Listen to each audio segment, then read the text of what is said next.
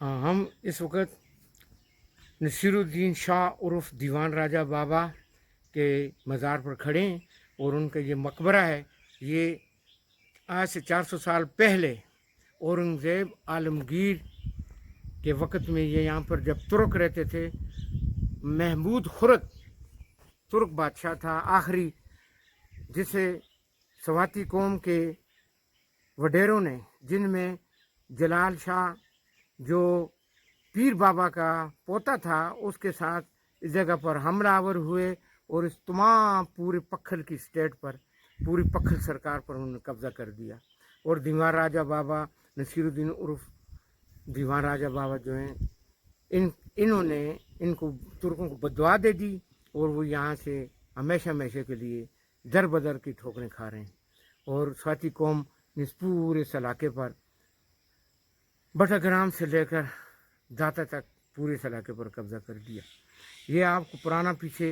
पुराना आज से 400 साल पहले का ये गुंबद नज़र आ रहा है। आप इसकी ईंटें और दूसरी चीज़ें गौर से देख सकते हैं।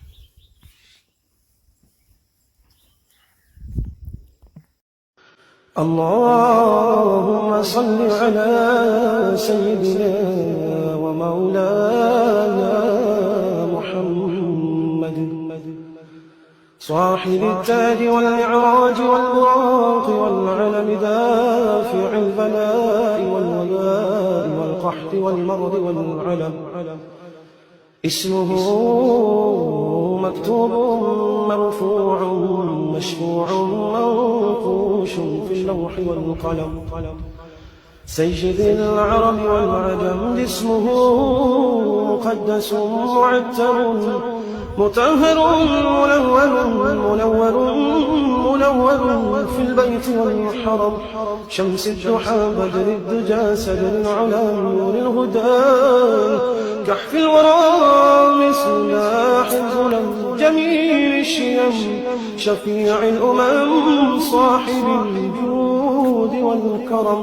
والله عاصمه وجبريل خادمه والبراق مركبه والمعراج سفره وسدرة المنتهى مقامه وطاب قوسين مطلوبه والمطلوب مقصوده والمقصود موجود سيدي المرسلين خاتم النبيين شفيع المذنبين أنيس الغريبين رحمة للعالمين رحمة للعالمين رحمة للعالمين راحة العاشقين مراد المشتاقين